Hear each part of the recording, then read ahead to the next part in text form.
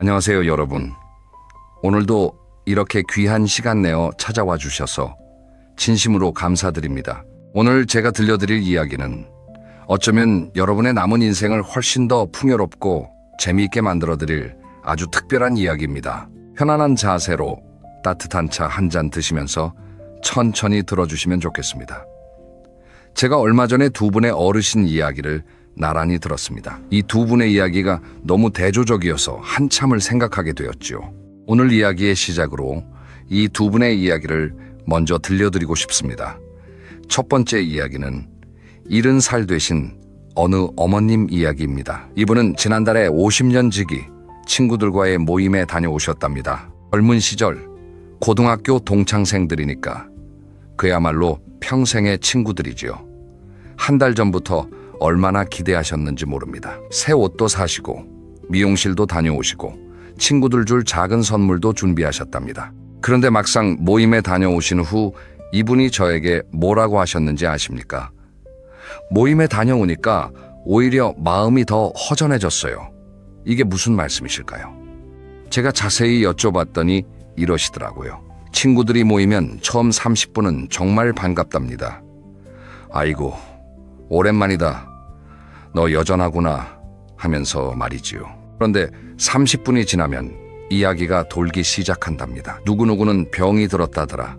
누구는 자식이 속을 썩인다더라. 누구는 치매가 왔다더라. 이런 이야기가 1시간. 그 다음에는 자기 건강 이야기, 허리가 아프다, 무릎이 쑤신다, 무슨 약을 먹는다. 이런 이야기가 또 1시간. 그 다음에는 세상 한탄, 요즘 세상이 어떻다, 젊은 사람들이 어쩐다, 정치가 어쩐다, 이런 이야기가 또 1시간. 그렇게 3시간이 지나면 이야기가 끝납니다. 그런데 막상 집에 돌아오시면 뭐가 남을까요? 이 어머님은 이렇게 말씀하셨습니다.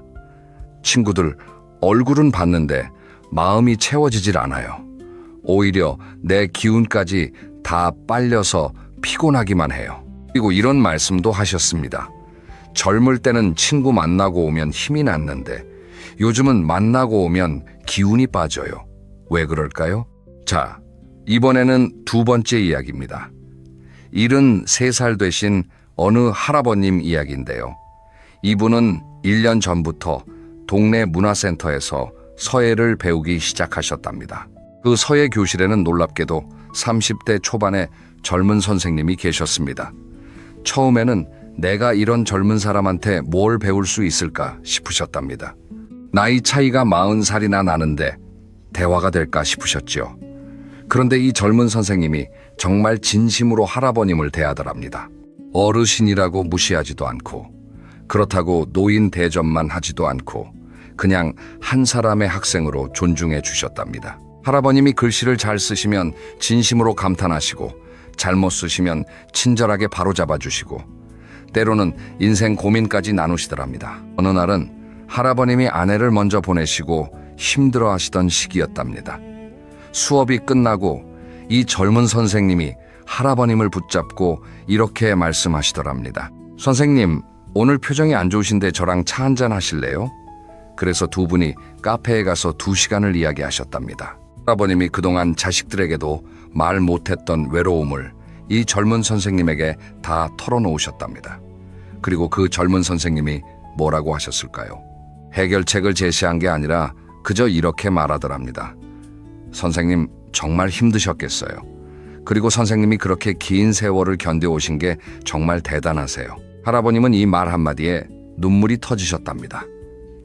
60평생 살아오시면서 누구에게서도 대단하다는 말을 들어본 적이 없으셨다고 합니다. 그 이후로 이 두 분은 진짜 친구가 되셨답니다. 선생님과 학생 사이를 넘어 나이 차이를 뛰어넘는 진짜 친구요. 지금 이 할아버님이 뭐라고 하시는지 아십니까? 내 인생에서 가장 마음 통하는 친구가 생겼어요. 그 친구 덕분에 살아갈 이유가 생겼어요. 여러분, 이 두 분의 이야기를 들으시면서 어떤 생각이 드십니까? 50년 지기 친구들과 만나고 공허해지신 분이 있고, 40살 어린 젊은이와 만나서 인생이 살아나신 분이 계십니다. 도대체 왜 이런 차이가 날까요? 여기서 제가 여러분께 한 가지 질문을 드리고 싶습니다. 지금 여러분의 가장 친한 친구는 몇 살이십니까? 혹시 모두가 비슷한 나이대이신가요? 잠깐만 생각해 보세요. 만약 여러분 주변의 친구들이 모두 70대, 80대 뿐이시라면 오늘 이 이야기는 정말 끝까지 들으셔야 합니다. 물론 오래된 친구가 나쁘다는 이야기가 절대 아닙니다. 오래된 친구는 오래된 친구만의 소중함이 있습니다. 그 가치는 그 무엇과도 바꿀 수 없지요. 하지만 오래된 친구만으로는 채워지지 않는 어떤 빈자리가 있다는 이야기입니다. 그 빈자리를 채워줄 수 있는 존재가 바로 말통하는 젊은 친구입니다. 오늘 이 이야기를 끝까지 들어주시면 세 가지가 달라집니다. 첫째, 왜 오래된 친구와의 만남이 점점 공허해지는지 그 진짜 이유를 아시게 됩니다. 둘째, 나이 차이를 뛰어넘는 관계가 주는 놀라운 선물이 무엇인지 알게 되십니다. 셋째, 당장 어디서 어떻게 젊은 친구를 만날 수 있는지 구체적인 방법을 가져가실 수 있습니다. 그리고 마지막에는 제가 정말 중요한 비밀을 말씀드릴 겁니다. 이 비밀을 알고 계신 어르신들은 지금 나이 차이를 뛰어넘는 풍요로운 관계를 누리고 계십니다. 자, 그럼 지금부터 시작해 보겠습니다. 천천히 편안하게 들어주세요. 먼저 우리가 정직하게 마주해야 할 진실 하나가 있습니다. 왜 나이가 들수록 오래된 친구와의 만남이 점점 공허해질까요? 이 질문을 피하지 말고 함께 생각해 봅시다. 사람의 인생을 사계절에 비유해 보겠습니다. 20대와 30대는 봄과 여름입니다. 꿈도 많고 에너지도 넘치고 앞날에 대한 기대로 가득한 시기지요. 이 시기의 친구들은 함께 꿈을 나누고 함께 도전하고 함께 성장합니다. 40대와 50대는 늦여름에서 초가을로 넘어가는 시기입니다. 자리를 잡고 가족을 책임지고 사회에서 역할을 다하는 시기지요. 이 시기의 친구들은 함께 살아가는 동지 같은 존재입니다. 그럼 60대, 70대, 80대는 어떤 시기일까요? 늦가을과 겨울입니다. 이 시기에는 인생의 많은 것들이 달라집니다. 직장에서 은퇴하고 자식들은 독립하고 건강은 예전 같지 않고 주변에서 친구들이 하나둘 세상을 떠나기도 합니다. 이 시기의 친구 관계는 어떨까요? 문제는 바로 여기서 시작됩니다. 젊은 시절에 사귄 친구들은 대부분 비슷한 연령대이기 때문에 다들 인생의 같은 계절을 살고 있습니다. 모두가 늦가을과 겨울을 지나고 있는 겁니다. 다들 비슷한 어려움을 겪고 비슷한 걱정을 하고 비슷한 한계를 느낍니다. 그러다 보니 만나면 어떤 이야기가 오갈까요? 제가 오래된 친구 모임에서 반복되는 5가지 이야기 패턴을 말씀드리겠습니다. 여러분도 한번 떠올려 보세요. 첫 번째 패턴은 과거 이야기입니다. 옛날에 우리 그랬지. 너 그때 기억나? 학창 시절 그 선생님 말이야. 이런 이야기가 대부분을 차지합니다. 추억을 나누는 건 좋은 일입니다. 하지만 30년 전, 40년 전, 50년 전 이야기만 반복하다 보면 현재는 어디로 갔을까요? 지금 이 순간의 나, 지금 이 순간에 네가 없어지는 겁니다. 두 번째 패턴은 건강 이야기입니다. 나는 허리가 아파. 나는 당뇨야. 무슨 약을 먹어야 하는데 병원 어디가 좋대. 이런 이야기가 끝없이 이어집니다. 서로의 건강을 걱정하는 건 당연하고 좋은 일입니다. 하지만 만남의 대부분이 건강 이야기로 채워지면 어떻게 될까요? 만나고 돌아오는 길에 마음까지 병원 대기실에 앉아있는 기분이 듭니다. 세 번째 패턴은 자식과 손주 자랑이나 걱정입니다. 우리 아들은 이번에 승진했어. 우리 며느리가 이번에 어쩌고. 우리 손주가 저쩌고. 이런 이야기가 돌아갑니다. 서로 자랑하고 걱정하는 것 자체는 나쁘지 않지만 문제는 이 자리에 나 자신이 없다는 겁니다. 모두가 누군가의 엄마, 누군가의 할머니, 누군가의 아버지로만 존재하고 정작 한 사람의 인간으로는 없어지는 겁니다. 네 번째 패턴은 불평과 불만입니다.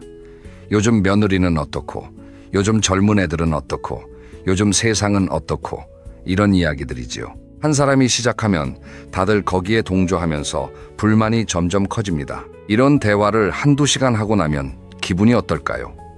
마음이 무거워지고 세상이 더 싫어집니다. 다섯 번째 패턴은 세상 한탄입니다. 요즘 뉴스 봤어? 세상이 왜 이 모양이냐? 이 나라가 어떻게 될지 걱정이다. 우리 세대만 고생했지. 이런 이야기가 이어집니다. 세상 돌아가는 일을 나누는 건 자연스러운 일입니다. 하지만 매번 한탄으로 끝나면 기운이 빠집니다. 여러분, 이 5가지 패턴이 낯설지 않으시죠?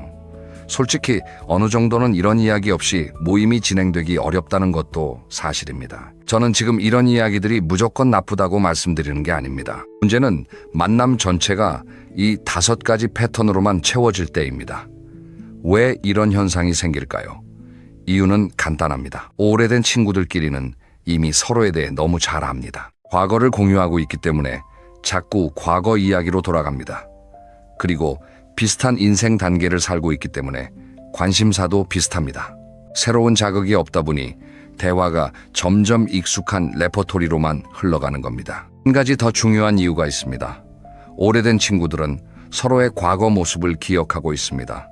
그래서 가끔은 그 기억 속 모습에 서로를 가둬둡니다. 예를 들어 학창 시절에 공부 잘했던 친구는 평생 그 공부 잘했던 애로만 봅니다. 그런데 그 친구가 지금 어떤 사람인지, 지금 어떤 생각을 하는지는 잘 모릅니다. 관심도 없습니다. 그러다 보니 대화가 깊어지지 않습니다. 제가 실제로 어떤 어머님 이야기를 들려드리고 싶습니다. 71살 되신 이 어머님은 고등학교 동창회에 오랜만에 나가셨답니다. 이 어머님은 최근 3년 동안 정말 많이 달라지셨어요. 평생 집에만 계시다가 지역 도서관에서 독서 모임을 시작하셨고, 글쓰기도 배우기 시작하셨고, 심지어 작은 시를 써서 지역 문학지에 발표도 하셨답니다. 한마디로 인생의 제2막을 새롭게 여신 거지요. 그런데 동창회에 나가서 이 이야기를 꺼내셨더니 친구들이 어떻게 반응했을까요? 야, 네가 무슨 시를 써? 네가 학교 다닐 때 공부 못했잖아. 애도 아니고 이 나이에 뭔 문학이야. 그런 거에서 뭐 할래? 이런 반응이었답니다. 이 어머님은 너무 실망하셔서 집에 돌아오셔서 혼자 우셨답니다. 새로운 자기 모습을 친구들이 하나도 봐주지 않았다는 게 서러우셨던 거지요. 여러분, 이게 오래된 친구들의 한계입니다. 일부러 그런 게 아닙니다. 단지 서로를 너무 오래 알아왔기 때문에 과거의 모습에 서로를 가두어두는 겁니다. 새로운 나를 봐주지 않고 어제의 나로만 대해주는 거지요. 그렇기 때문에 우리에게는 새로운 관계가 필요합니다. 나의 과거를 모르는 사람, 나를 백지 상태로 바라봐주는 사람, 지금 이 순간의 나를 있는 그대로 인정해주는 사람 말입니다. 그리고 그런 사람이 바로 말이 통하는 젊은 친구일 수 있습니다. 하지만 오해하지 마세요.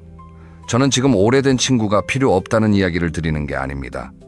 오래된 친구는 오래된 친구만의 소중한 가치가 있습니다. 이제 그 이야기를 해보겠습니다. 오래된 친구가 주는 4가지 선물이 있습니다. 이건 그 어떤 새 친구도 대신할 수 없는 귀한 것들입니다. 첫 번째 선물은 추억의 공유입니다. 오래된 친구와는 함께 웃고 울었던 시간이 있습니다. 학창 시절의 기억, 젊은 시절의 추억, 힘들었던 시기를 함께 건너온 경험. 이런 것들은 시간이 만들어준 유산입니다. 새로 사귄 친구가 아무리 좋아도 내가 17살에 어떤 아이였는지는 모릅니다. 오직 오래된 친구만이 그 시절의 나를 기억해줍니다. 두 번째 선물은 말하지 않아도 아는 편안함입니다. 오래된 친구와는 긴 설명이 필요 없습니다. 한마디만 해도 찰떡같이 알아듣습니다. 옛날 이야기 한 줄 꺼내면 바로 아, 그때 그거? 하고 공감해줍니다. 이런 편안함은 시간이 쌓여야만 생기는 것입니다. 세 번째 선물은 변함없는 믿음입니다. 몇 년을 못 만나도 전화 한 통에 어제 본 것처럼 반가운 그 느낌.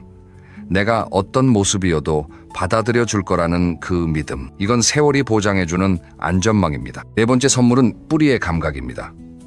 오래된 친구는 내가 어디서 왔는지를 아는 사람들입니다. 내 고향, 내 가족사, 내 젊은 시절의 꿈을 아는 사람들이지요. 이들과 함께 있으면 내가 누구인지에 대한 뿌리를 느낄 수 있습니다. 이 감각은 나이가 들수록 더 소중해집니다. 자, 이렇게 오래된 친구의 소중함은 분명합니다. 그런데 이 4가지 선물만으로는 채워지지 않는 다른 영역이 있습니다. 바로 젊은 친구만이 줄 수 있는 것들입니다. 이제 그 5가지 선물을 말씀드리겠습니다. 첫째, 새로운 시각의 선물입니다. 젊은 친구와 이야기를 나누면 세상을 보는 눈이 달라집니다. 같은 뉴스를 봐도 그들은 다르게 해석하고 같은 상황도 새로운 각도에서 봅니다. 우리 세대는 살아온 경험 때문에 어느 정도 사고가 고정되어 있습니다. 그런데 젊은 친구와 대화하다 보면 아, 저렇게도 생각할 수 있구나 하는 깨달음을 얻게 됩니다. 이게 얼마나 귀한 선물인지 모릅니다. 둘째, 젊은 에너지의 선물입니다. 젊은 사람들과 함께 있으면 괜히 기운이 납니다. 웃음이 늘어나고 말이 많아지고 걸음걸이까지 활기차지기도 합니다. 이건 단순한 기분의 문제가 아닙니다. 젊은 에너지에 노출되면 실제로 뇌가 활성화되고 몸까지 젊어진다는 연구 결과가 있습니다. 젊은 사람들과 어울리는 것 자체가 노화를 늦추는 효과가 있다는 거지요. 셋째, 배움의 기쁨의 선물입니다. 나이가 들수록 배울 기회가 줄어듭니다. 그런데 젊은 친구와 함께하면 자연스럽게 새로운 것을 배우게 됩니다. 요즘 유행하는 것들, 새로운 기술, 새로운 음악, 새로운 말투까지. 배움은 뇌를 젊게 유지하는 가장 좋은 방법입니다. 치매 예방에도 탁월한 효과가 있지요. 넷째, 디지털 세상의 문을 열어주는 선물입니다. 요즘 세상은 스마트폰과 컴퓨터 없이는 살기 어렵지요. 은행 업무도, 병원 예약도, 심지어 주민센터 서류 발급도 온라인으로 합니다. 그런데 이런 것들을 자식에게 물어보자니 미안하고 혼자 배우자니 어렵습니다. 그런데 말 통하는 젊은 친구가 있으면 이야기가 달라집니다. 편하게 물어볼 수 있고 친절하게 알려줍니다. 디지털 세상의 문이 활짝 열리는 겁니다. 다섯째, 그리고 가장 중요한 선물입니다. 바로 존재감의 회복입니다. 나이가 들면 사회에서 쓸모없는 사람이라는 느낌을 받기 쉽습니다. 은퇴하고 나면 나는 이제 뭘 하는 사람인가? 라는 질문에 답하기 어려워집니다. 그런데 젊은 친구가 여러분의 이야기에 귀 기울여주고 여러분의 경험을 소중하게 여겨주고 여러분에게서 뭔가를 배우고 싶어 할 때 그때 비로소 아, 나도 필요한 사람이구나 하는 감각이 돌아옵니다. 이게 정말 귀한 선물입니다. 여러분, 오래된 친구의 4가지 선물과 젊은 친구의 5가지 선물을 비교해 보세요. 둘 다 필요하다는 것을 아시겠지요? 어느 쪽이 더 좋다는 이야기가 아닙니다. 양쪽이 균형을 이룰 때 가장 풍요로운 노년이 됩니다. 그렇다면 이상적인 친구 비율은 어떻게 될까요? 제가 만난 한 75세 어르신이 아주 재밌는 이야기를 해주셨습니다. 이분은 자기만의 친구 비율을 가지고 계셨습니다. 오래된 친구 5명, 비슷한 나이대 새 친구 3명, 그리고 자기보다 20살 이상 어린 젊은 친구 2명, 이렇게 10명 정도의 친구를 유지하신답니다. 이분이 뭐라고 하시는지 아십니까? 오래된 친구는 내 뿌리를 지켜주고, 비슷한 나이 친구는 현재를 함께 나누고, 젊은 친구는 미래를 열어줘요. 이 3가지가 다 있어야 인생이 풍요로워요. 얼마나 지혜로우신 말씀입니까? 그런데 여기서 문제가 생깁니다. 많은 어르신들이 이렇게 생각하실 겁니다. 그래, 젊은 친구가 좋다는 건 알겠는데 이 나이에 젊은 친구를 어떻게 사귀어요? 젊은 사람들이 나 같은 노인을 좋아할 리가 없잖아요. 그게 현실적으로 가능한 일이에요? 이런 의문이 드실 겁니다. 당연합니다. 저도 그런 생각이 들었습니다. 하지만 여러분, 이 이야기를 들으시면 생각이 바뀌실 겁니다. 지금부터 실제로 세대 차이를 뛰어넘어 관계를 맺으신 어르신들의 이야기를 들려드리겠습니다. 첫 번째 이야기는 문화센터에서 30대 선생님과 친구가 되신 어느 할머님 이야기입니다. 이 할머님은 72살에 처음으로 스마트폰 사용법을 배우러 문화센터에 가셨답니다. 거기서 만난 선생님이 30세 여자분이셨지요. 처음에는 너무 어색해서 수업 중에도 말을 잘 못하셨답니다. 이 어린 사람에게 이런 기본적인 걸 물어봐도 되나 하는 생각에 위축되셨던 거지요. 그런데 이 젊은 선생님이 정말 따뜻하셨답니다. 할머님, 궁금하신 거 뭐든지 물어보세요. 이거 저도 처음엔 어려웠어요. 할머님, 잘 따라오세요. 이렇게 격려해 주셨답니다. 그러다가 어느 날 수업이 끝나고 할머님이 용기를 내서 선생님, 저랑 차 한잔 하실 시간 있으세요? 하고 물으셨답니다. 그렇게 시작된 만남이 지금은 2년째 이어지고 있답니다. 한 달에 한 번 정도 할머님이 선생님에게 밥을 사주시고 선생님은 할머님에게 새로운 스마트폰 기능을 알려드립니다. 그런데 이분들의 대화가 극에 다가 아닙니다. 선생님의 결혼 생활 이야기, 직장, 고민, 아이 키우는 어려움 같은 것들을 할머님께 털어놓으시고 할머님은 인생 선배로서 조언해 주십니다. 그리고 할머님은 자기 젊은 시절 이야기, 남편과의 추억, 지금의 외로움 같은 것을 선생님께 나누십니다. 이 할머님이 지금 뭐라고 하시는지 아십니까? 이 선생님이 내 인생의 가장 귀한 선물이에요. 딸 같기도 하고 친구 같기도 해요. 이 친구 덕분에 다시 세상이 재미있어졌어요. 두 번째 이야기는 동네 카페 젊은 사장님이 인생의 멘토가 되어주신 어느 할아버님 이야기입니다. 76세 되신 이 할아버님은 아내를 먼저 보내시고 혼자 사셨답니다. 외로움이 심하셔서 매일 아침 산책 겸 동네 카페에 들러서 커피를 한 잔 드셨지요. 그 카페의 사장님이 30대 후반의 청년이셨습니다. 처음에는 그냥 인사만 주고받으셨답니다. 그런데 매일 오시는 할아버님께 이 사장님이 서서히 관심을 가지시더랍니다. 오늘도 오셨네요. 오늘 컨디션은 어떠세요? 이 원두 새로 들여왔는데 드셔보실래요? 이런 식으로 말을 걸어오셨답니다. 어느 비 오는 날 할아버님이 우산 없이 카페에 가셨답니다. 우산이 없으시니 비가 그칠 때까지 카페에 좀 오래 앉아 계시게 되었지요. 그때 이 사장님이 할아버님 옆에 앉으시더니 이렇게 말씀하시더랍니다. 어르신, 제가 가게 일 없는데 잠깐 같이 이야기해도 될까요? 그게 시작이었답니다. 지금은 일주일에 한두 번 손님이 없는 시간에 두 분이 마주 앉아 이야기를 나누신답니다. 사장님은 할아버님께 사업 고민을 털어놓으시고 할아버님은 인생 경험을 나눠주십니다. 어떤 때는 할아버님이 조언을 해주시고 어떤 때는 사장님이 할아버님께 새로운 이야기를 들려주십니다. 서로가 서로의 스승이 된 겁니다. 이 할아버님이 저에게 이렇게 말씀하셨습니다. 아내를 보내고 나서 죽을 맛이었어요. 그런데 이 젊은 친구 덕분에 아침마다 일어날 이유가 생겼어요. 이 친구를 보러 가야 하니까요. 여러분, 한 사람의 따뜻한 관심이 한 사람의 인생을 어떻게 살려낼 수 있는지 보이시나요? 세 번째 이야기는 봉사활동에서 만난 20대 청년과 편지를 주고받으시는 어르신 이야기입니다. 이 어머님은 70살에 지역 봉사활동에 참여하기 시작하셨답니다. 어린이집에 가서 아이들에게 동화책을 읽어주는 봉사였지요. 그 봉사 모임에서 20대 중반의 여자 청년과 함께 일하게 되셨답니다. 처음에는 젊은 청년이 어르신을 불편해할 줄 아셨답니다. 그런데 이 청년이 어머님의 동화 읽는 실력에 감탄하더랍니다. 선생님, 어쩜 그렇게 실감나게 읽어주세요? 아이들이 완전히 빠져들어요. 이 한마디에 어머님은 감동하셨답니다. 평생 잘한다는 말을 들어본 적이 별로 없으셨거든요. 그렇게 친해진 두 분이 지금은 편지를 주고받으신답니다. 요즘 세상에 편지라니 신기하지요? 이 청년이 해외로 일하러 가게 되면서 이메일은 빠르지만 마음이 안 담긴다며 손편지를 주고받자고 제안했답니다. 그래서 2달에 한 번씩 편지가 오고 가신답니다. 어머님은 이 편지를 쓰시는 시간이 일상에서 가장 행복한 시간이라고 하십니다. 내 손녀뻘 되는 아이가 내 이야기를 이렇게 귀하게 여기고 내 편지를 기다린다는 게 이렇게 큰 기쁨일 줄 몰랐어요. 내가 아직 누군가에게 의미 있는 사람이구나 하는 걸 깨달았어요. 네 번째 이야기는 손주의 친구가 진짜 친구가 된 어느 할머님의 감동 이야기입니다.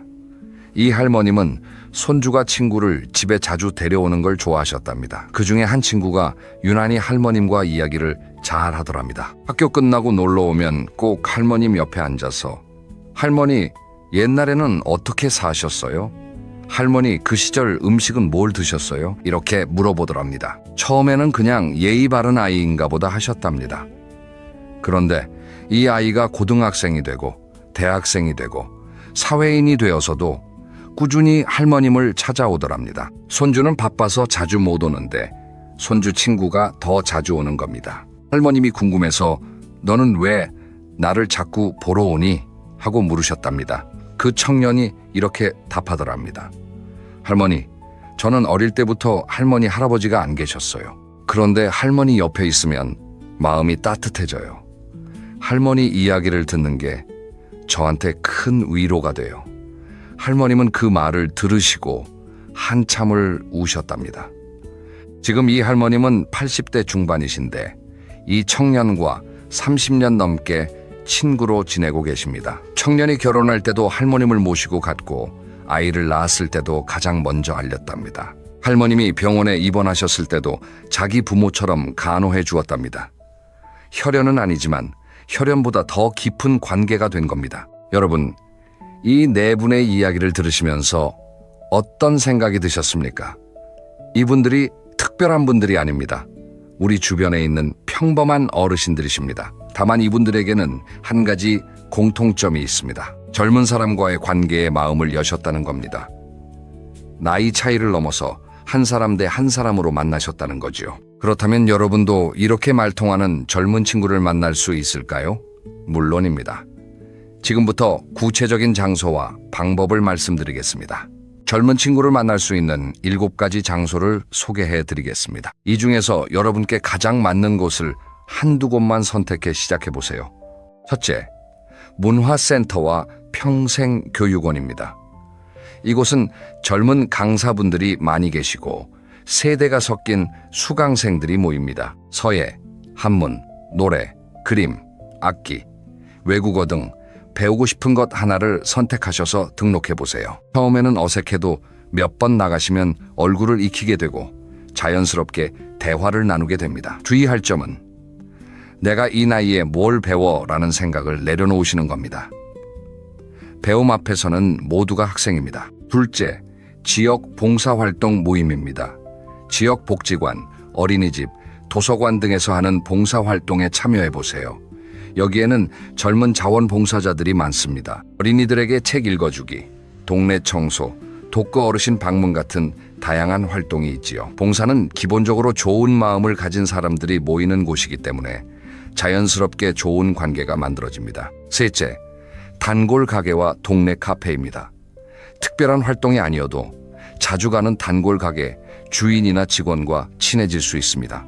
동네, 카페, 빵집, 식당, 꽃집 등을 꾸준히 방문하시면서 따뜻한 인사를 나누어 보세요. 오늘도 수고하시네요. 이 꽃 정말 예쁘네요.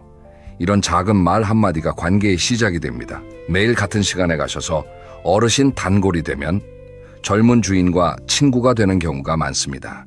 넷째, 종교 공동체의 모임입니다. 교회나 성당, 절에 다니신다면 청년 모임이나 세대 통합 모임에 참여해 보세요. 종교 공동체는 원래 세대를 아우르는 특성이 있습니다. 함께 기도하고, 함께 봉사하고, 함께 식사하는 과정에서 자연스럽게 친해집니다. 종교가 없으시다면 종교와 무관한 지역 모임도 좋습니다. 다섯째, 운동 모임과 산책 동호회입니다.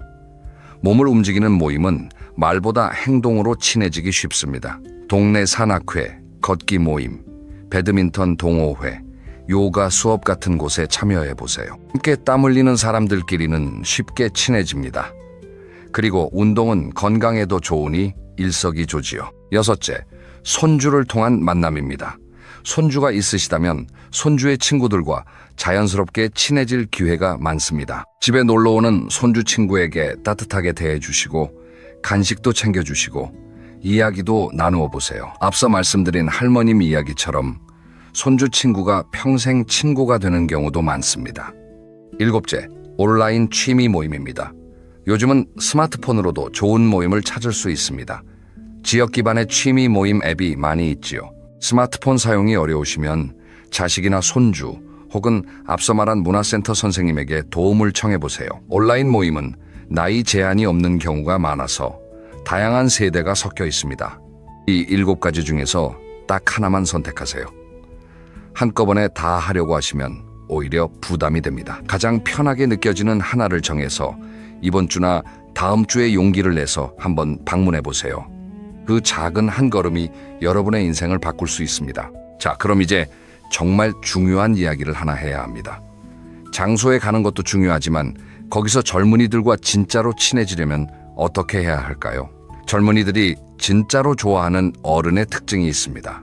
이 7가지만 기억하시면 됩니다. 첫째, 잔소리하지 않는 어른입니다. 젊은이들이 가장 싫어하는 것이 잔소리입니다. 요즘 젊은 애들은 왜 이래? 너희 세대는 참 어려워. 우리 때는 안 그랬는데. 이런 말은 절대 하지 마세요. 이런 말을 하는 순간 젊은이들은 마음의 문을 닫아버립니다. 대신 그렇구나. 어떤 점이 힘드니? 이렇게 물어봐 주세요. 비판 대신 관심, 평가 대신 공감입니다. 둘째, 귀 기울여 들어주는 어른입니다. 젊은이들이 이야기할 때 중간에 끼어들지 마시고 끝까지 들어주세요. 그리고 그래서 어떻게 됐어? 너는 어떤 생각이었어? 이렇게 더 물어봐 주세요. 요즘 젊은이들은 바쁜 세상에서 자기 이야기를 진심으로 들어주는 사람을 만나기 어렵습니다. 경청하는 어른은 보석 같은 존재입니다. 셋째, 가르치려 들지 않는 어른입니다. 우리는 경험이 많습니다. 그래서 젊은이의 고민을 들으면 바로 답을 주고 싶어집니다.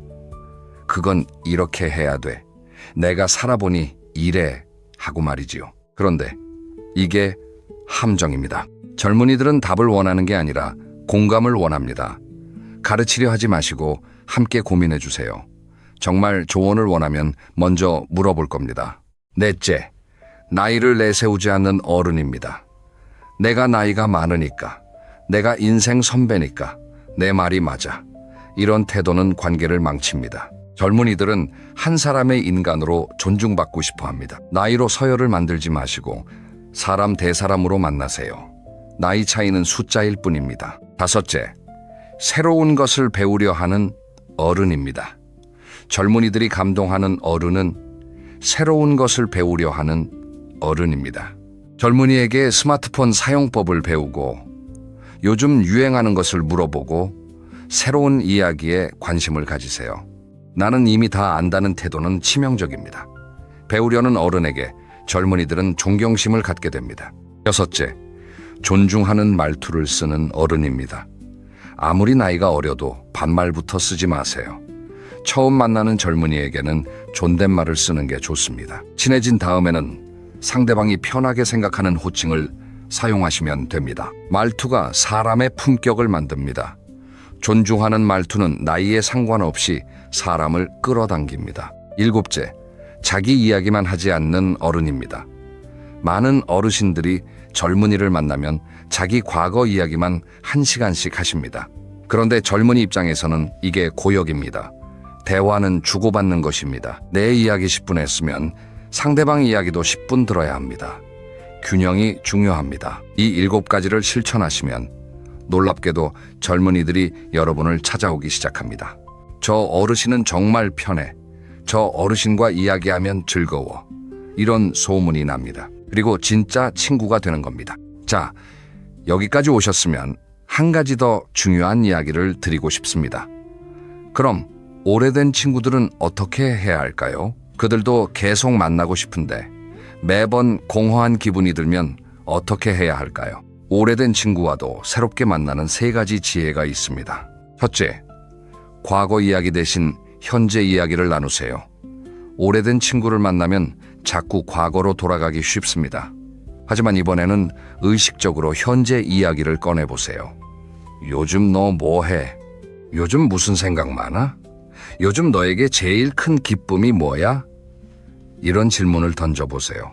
친구들이 처음에는 어색해하겠지만 점점 현재의 자기 모습을 나누게 됩니다.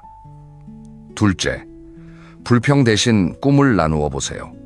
오래된 친구들끼리는 불평이 익숙합니다. 그런데 누군가 한 사람이 용기를 내서 꿈 이야기를 꺼내면 분위기가 완전히 바뀝니다. 요즘 내가 이런 걸 배우고 싶어. 죽기 전에 한번 해보고 싶은 게 있어. 요즘 이런 생각이 들어. 이런 이야기를 꺼내보세요. 친구들도 자극을 받아서 각자의 꿈을 이야기하기 시작할 겁니다. 셋째, 모임의 방식을 바꿔보세요. 매번 같은 식당에서 밥만 먹는 대신 다른 활동을 해보세요. 함께 전시회 가기, 함께 영화 보기, 함께 산책하기, 함께 무언가 배우기. 경험을 공유하면 새로운 이야기거리가 생깁니다. 앉아서 과거 이야기만 하는 것보다 훨씬 풍요로운 만남이 됩니다. 제가 감동적인 이야기를 하나 마지막으로 들려드리겠습니다. 50년 지기 친구 5분이 함께 그림을 배우기 시작하신 이야기입니다. 이분들은 모두 70대 중반이신데 몇 년 전에 모임에서 한 분이 이렇게 제안하셨답니다. 우리 만나면 맨날 똑같은 이야기만 하는데 이제 같이 뭔가를 해볼까? 처음에는 다들 반대하셨답니다. 이 나이에 뭘 배워? 창피해서 어떻게 해, 체력이 안 돼, 이런 반응이었지요. 하지만 그 한 분이 끈질기게 설득하셔서 결국 5분이 함께 동네 그림 교실에 등록하셨답니다. 처음에는 어색하고 힘드셨답니다. 손도 떨리고 색도 잘 안 맞고 손도 삐뚤삐뚤하고요. 그런데 몇 달이 지나면서 신기한 일이 생기더랍니다. 만날 때마다 대화가 달라진 겁니다. 서로의 그림을 보면서 감상하고 새로 배운 기법을 이야기하고 다음 수업이 기대된다고 이야기하고 과거 이야기, 건강 이야기, 불평은 자연스럽게 줄어들더랍니다. 1년이 지난 지금 이 5분은 작은 그룹 전시회도 여셨답니다. 그리고 이렇게 말씀하십니다. 우리가 이 나이에 이런 걸 할 줄 몰랐어요. 친구 관계가 완전히 새로워졌어요. 50년 친구인데 새로 사귄 친구 같아요. 얼마나 아름다운 이야기입니까? 여러분, 이 이야기가 우리에게 무엇을 알려줄까요? 오래된 친구와의 관계도 노력하면 새롭게 만들 수 있다는 겁니다. 관계를 갱신할 수 있다는 거지요. 핵심은 용기입니다. 누군가 한 사람이 용기를 내서 제안하면 관계는 얼마든지 새로워질 수 있습니다. 이제 마무리로 들어가겠습니다. 지금까지 정말 긴 시간 제 이야기를 들어주셔서 감사합니다. 오늘 드린 이야기를 정리해드리겠습니다. 오래된 친구는 뿌리가 되어주고 젊은 친구는 미래를 열어줍니다. 어느 한쪽만 있어서는 안 됩니다. 둘 다 필요합니다. 오래된 친구와의 만남이 공허하게 느껴지는 것은 새로운 자극과 새로운 관계가 부족하기 때문입니다. 말통하는 젊은 친구 한두 명만 있어도 인생이 완전히 달라집니다. 젊은 친구를 만나려면 집 안에만 계셔서는 안 됩니다. 문화센터, 봉사활동, 단골가게, 종교 공동체, 운동 모임, 손주 친구, 온라인 모임 중에서 한 가지를 선택해 용기 내어 시작해 보세요. 그리고 젊은이들과 만났을 때는 잔소리하지 않기, 귀 기울여 듣기, 가르치려 들지 않기, 나이 내세우지 않기, 새로운 것 배우려 하기, 존중하는 말투 쓰기, 자기 이야기만 하지 않기, 이 7가지를 꼭 기억해 주세요. 그리고 오래된 친구와의 관계도 새롭게 만들어 가세요. 과거 이야기 대신 현재 이야기, 불평 대신 꿈 이야기, 먹고 마시는 모임 대신 함께 배우고 경험하는 모임. 이렇게 방식을 바꾸면 50년 친구와도 새롭게 만날 수 있습니다. 마지막으로 제가 가장 중요한 비밀을 말씀드리겠습니다. 나이 차이를 뛰어넘는 관계의 진짜 비결은 상대방을 한 사람의 인간으로 바라보는 것입니다. 젊은이를 어린 사람으로 보지 마시고 그저 한 사람의 인간으로 바라봐 주세요. 그러면 그 사람도 여러분을 노인이 아닌 한 사람의 인간으로 바라봐 줍니다. 그때 진짜 우정이 시작됩니다. 나이는 숫자일 뿐입니다. 마음이 통하면 친구입니다. 20살 차이가 나도 40살 차이가 나도 마음이 통하면 진짜 친구가 될 수 있습니다. 그리고 그런 친구가 있으면 인생의 겨울도 따뜻해집니다. 오늘부터 실천할 수 있는 3가지를 말씀드리겠습니다. 첫째, 이번 주 안에 문화센터나 복지관 프로그램 하나를 알아보세요. 인터넷이 어려우시면 자식이나 손주에게 물어보시면 됩니다. 둘째, 동네 단골가게 주인이나 직원에게 오늘부터 조금 더 따뜻한 인사를 건네 보세요. 오늘도 수고하시네요. 이 한마디부터 시작하면 됩니다. 셋째, 오래된 친구 한 명에게 전화해서 우리 이번엔 뭔가 같이 해볼까 하고 제안해 보세요. 작은 시작이 큰 변화를 만듭니다. 용기를 내세요. 여러분에게는 충분히 할 수 있는 힘이 있습니다. 여러분의 남은 인생이 오래된 친구의 따뜻함과 새로운 친구의 신선함으로 가득 채워지시기를 진심으로 응원합니다. 외롭지 않은 노년, 풍요로운 노년, 매일이 기대되는 노년이 되시기를 바랍니다. 오늘 하루 여러분 자신을 꼭 안아주세요. 그동안 정말 수고 많으셨습니다. 이제부터가 진짜 여러분의 인생입니다. 다음 영상에서는 더 실용적인 이야기를 준비했습니다. 바로 70대부터 반드시 시작해야 할 5가지 취미입니다. 어떤 취미가 여러분의 노년을 가장 풍요롭게 해줄지, 어떻게 시작하면 좋을지 구체적으로 담았습니다. 꼭 기대해 주세요. 오늘 이 영상이 조금이라도 마음에 와닿으셨다면 구독과 좋아요 한 번씩 눌러주시면 큰 힘이 됩니다. 그리고 이 영상이 꼭 필요한 주변 분이 계시다면 꼭 공유해 주세요. 한 분이라도 더 따뜻하고 풍요로운 노년을 보내실 수 있도록 함께 응원해 주시면 감사하겠습니다. 오늘도 이렇게 긴 시간 함께 해주셔서 진심으로 감사드립니다. 여러분 모두 건강하시고 행복하세요. 그리고 꼭 기억하세요. 나이는 숫자일 뿐. 마음이 통하면 친구라는 것을. 다음 영상에서 또 뵙겠습니다. 안녕히 계세요. 안녕하세요. 오늘 제가 들려드릴 이야기는 어쩌면 여러분의 남은 인생을 훨씬 더 가볍고 훨씬 더 자유롭게 만들어 드릴 수 있는 아주 특별한 이야기입니다. 잠시 하시던 일 멈추시고 따뜻한 차 한 잔 드시면서 편안하게 들어주시면 좋겠습니다. 제가 얼마 전에 두 분의 어르신 이야기를 나란히 들었습니다. 이 두 분의 이야기가 너무나 대조적이어서 제 마음속에 오래 남아 있었습니다. 첫 번째 이야기는 78세에 세상을 떠나신 어느 어머님 이야기입니다. 이 어머님은 평생을 정말 알뜰하게 사셨습니다. 아무것도 버리지 못하셨지요. 옷장에는 50년 전 옷까지 걸려 있었고, 장식장에는 결혼할 때 받으신 그릇 세트가 그대로 있었고, 베란다와 창고는 언젠가 쓸 거라고 모아둔 물건들로 가득했습니다. 자식들이 엄마 이거 좀 버리자라고 하면 이 어머님은 언제나 이렇게 말씀하셨답니다. 아직 쓸만한데 왜 버려? 너희가 뭘 몰라. 그런데 이 어머님이 갑자기 건강이 안 좋아지셔서 몇 달을 앓으시다 돌아가셨습니다. 장례를 마치고 나서 자식들이 어머님의 유품을 정리하기 시작했지요. 그런데 그 과정이 정말 힘드셨다고 합니다. 집 안가득 쌓인 물건들을 하나하나 들여다보면서 자식들은 한 달 동안 매일 울었답니다. 왜 우셨을까요? 어머니가 그리워서만은 아니었습니다. 어머님의 물건을 버리는 게 너무 죄송했고, 그렇다고 그 많은 물건을 다 가져갈 수도 없었고, 뭐가 중요한 건지, 뭐가 버려도 되는 건지 판단이 안 서서 괴로우셨던 겁니다. 한 달 내내 마스크를 쓰고 먼지를 마시고 곰팡이를 닦으며 정리하셨답니다. 따님 중 한 분은 그 과정에서 허리를 다치셔서 한동안 병원에 다니셨습니다. 그 따님이 저에게 이렇게 말씀하셨습니다. 엄마가 너무 그리웠지만 동시에 너무 원망스러웠어요. 왜 이렇게 많이 남기고 가셨을까? 왜 한 번이라도 정리해주고 가시지 않았을까? 그리고 이런 말도 하셨습니다. 저는 제 자식에게 절대 이런 짐을 남기지 않을 거예요.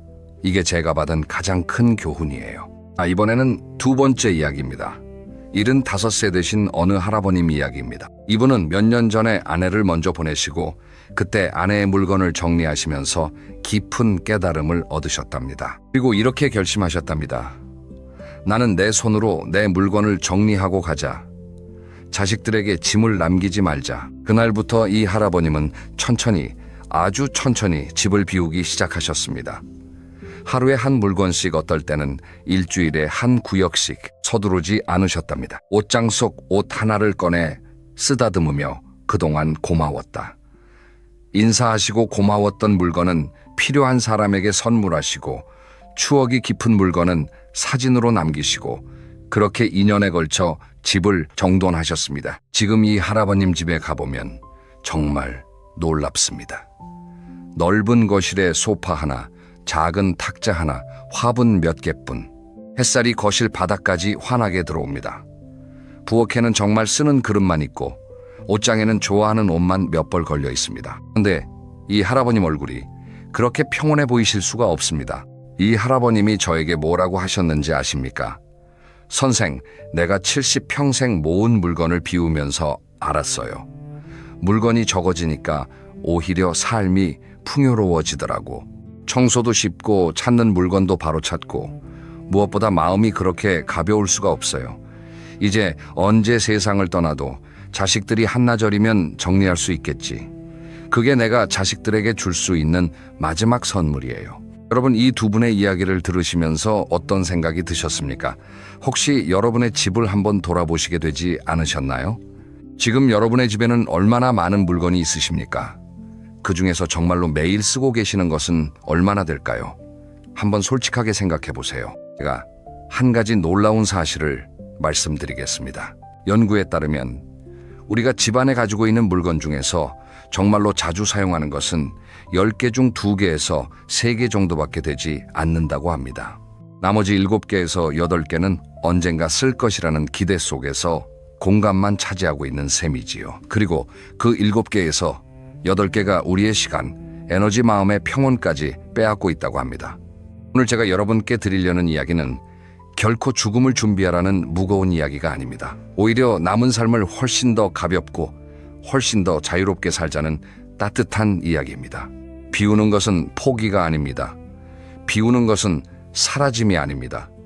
비우는 것은 남은 삶을 껴안는 가장 품격 있는 사랑입니다. 오늘 이 이야기를 끝까지 들어주시면 세 가지가 달라집니다. 첫째, 왜 비움이 노후의 가장 큰 선물인지 깊이 이해하시게 됩니다. 둘째, 어디서부터 어떻게 비워야 하는지 구체적인 방법을 알게 되십니다.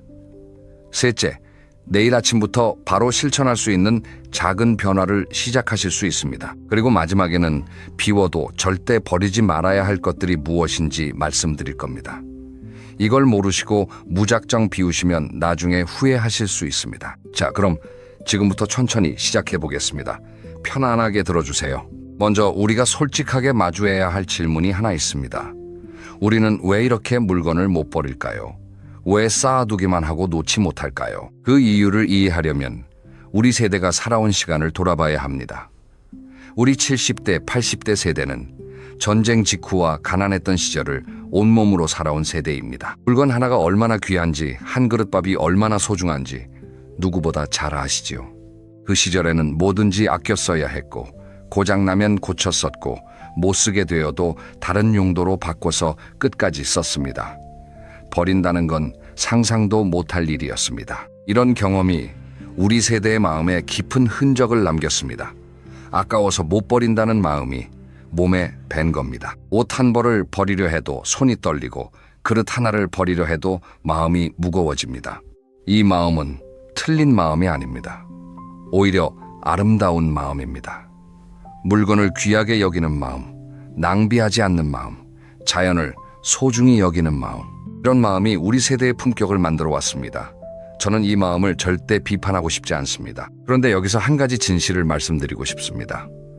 아까워서 못 버리는 마음과 정말로 쓰고 있는 것은 다른 이야기입니다. 우리가 아까워서 못 버리는 물건들 중 대부분은 사실 몇 년째, 아니 몇십 년째 한 번도 쓰지 않은 물건들입니다. 그게 진실입니다. 예를 들어 보겠습니다. 옷장 깊숙이 걸려있는 그 양복 결혼식 때 입으신 그 한복, 젊은 시절 입으시던 그 예쁜 원피스, 지난 10년간 몇 번이나 꺼내 입으셨습니까? 솔직하게 두고도 입을고 입지 않으셨을 겁니다. 그런데 우리는 언젠가 또 입을 거야, 이거 얼마짜리였는데 하면서 못 버리고 계시죠. 장식장 안에 그릇들은 어떨까요? 결혼할 때 받은 그 비싼 찻잔 세트, 손님 올 때 쓰려고 아껴두신 그 접시 세트, 실제로 사용하신 것이 몇 번이나 될까요? 아마 손에 꼽을 정도일 겁니다. 대부분은 그저 장식장 안에서 먼지만 쓰고 있었을 겁니다. 여기서 한 가지 중요한 생각의 전환이 필요합니다. 제가 이 말씀을 꼭 드리고 싶습니다. 우리는 물건을 소유한 줄 알았지만 사실은 물건이 우리를 소유하고 있었습니다. 무슨 말씀인지 풀어서 말씀드리겠습니다. 집 안에 물건이 많으면 그 물건을 관리하는 데 시간이 들어갑니다. 먼지를 털어야 하고, 청소해야 하고, 정리해야 하고, 수리해야 합니다. 그 시간이 다 우리 시간입니다. 물건이 우리 시간을 빼앗고 있는 겁니다. 또 집안에 물건이 많으면 공간이 좁아집니다. 움직일 때마다 이리저리 피해 다녀야 하고, 뭔가 찾을 때마다 한참을 뒤져야 합니다. 특히 나이가 들수록 이런 것들이 큰 부담이 됩니다. 공간이 좁으면 넘어질 위험도 높아지지요.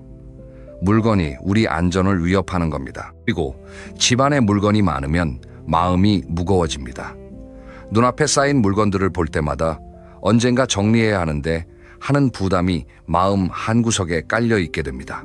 이 부담이 의식하지 못하는 사이에 우리의 평온을 빼앗아 갑니다. 그런데 여기서 많은 분들이 이렇게 생각하실 겁니다. 그래도 이 물건에는 추억이 담겨 있는데 버리면 추억이 사라지는 거 아니에요? 정말 중요한 질문입니다. 그래서 이 질문에 대해 제가 한 가지 시적인 비유를 들려드리고 싶습니다. 물건은 추억의 그림자일 뿐입니다. 진짜 추억은 여러분의 마음 속에 있습니다. 물건을 버린다고 해서 그 시절의 기억이 사라지지 않습니다. 오히려 물건에 매달려 있는 한 우리는 그 시절에 갇혀 살게 됩니다. 물건을 놓아주면 추억은 순수한 기억으로 마음속에서 더 아름답게 빛납니다. 한 가지 감동적인 이야기를 들려드리겠습니다. 어느 따님이 어머니를 여의고 어머니의 유품을 정리하셨답니다. 어머니 집에는 50년이 넘는 물건들이 가득했지요. 처음에는 이 따님도 뭐 하나 못 버리겠더랍니다. 다 엄마의 흔적이니까요. 그런데 정리하면서 한 가지를 발견하셨답니다. 어머니가 소중히 간직하셨던 낡은 수첩 하나. 수첩 안에는 어머니의 손글씨로 쓴 짧은 일기들이 있었습니다.